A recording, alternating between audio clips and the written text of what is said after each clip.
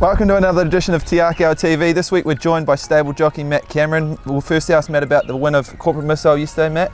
Yeah, it was a super win. The form was stacked up, and her last start was it was a really huge run. You know, obviously promising filly coming forward, and she's starting to do things right. And I think she got the bigger track to really let down on, and you know, the track wasn't really to her suiting, but we got away with it at race 2. But yeah, she really hit the line well, and she's a filly on the way up. Jamie, tell us how she's pulled up and where we go to next. The boys are happy with the way she trotted up this morning. Looked her bowl clean last night, home track, always a big help. So she heads to the Bone Crusher, all things going well, on the 24th.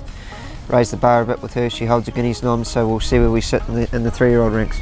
Alright, this weekend we step out 2 of our Group 1 winning colts. Firstly, Heroic Valor. Matt, you galloped him on Tuesday morning, and what do you think of his work? Yeah, it was a really good gallop. Like I say, he's coming through quite nicely. He's a couple of trials under his belt. The track was quite wet the other day when he galloped, but like I say, his horse, he only does what he has to, and I think race day will really see the best. And nice track up there, and he's got a nice enough draw to put himself in the race, and hopefully be competitive against some nice 3-year-olds, and we'll really know where he's at lining up against him, that's for sure.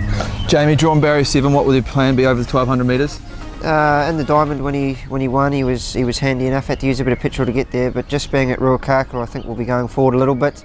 We'll leave that up to Matt. He's the jockey, he's paid to do that. So as long as we're in the first 4 or 5, I think you know, given a bit of luck and running, he should be a good chance. And also in Australia, Blake makes his start over there. Drawn barrier 7, what are the plans? It's going to be a hard race to sort of work out. Under the Louvre looks the horse to beat, and he'll be closing hard late, but you know, over 1200 against those Aussie sprinters, I think that Blake should just be able to posse up and behind the speed.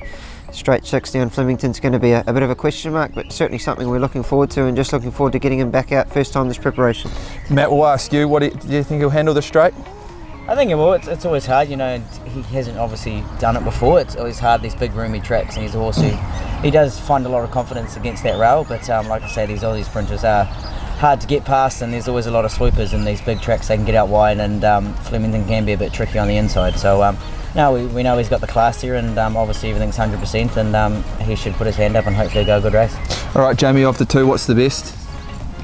Well, I've been to New Zealand with Heroic Valor, so I'll stick with him, and Stevie can have Extravagant.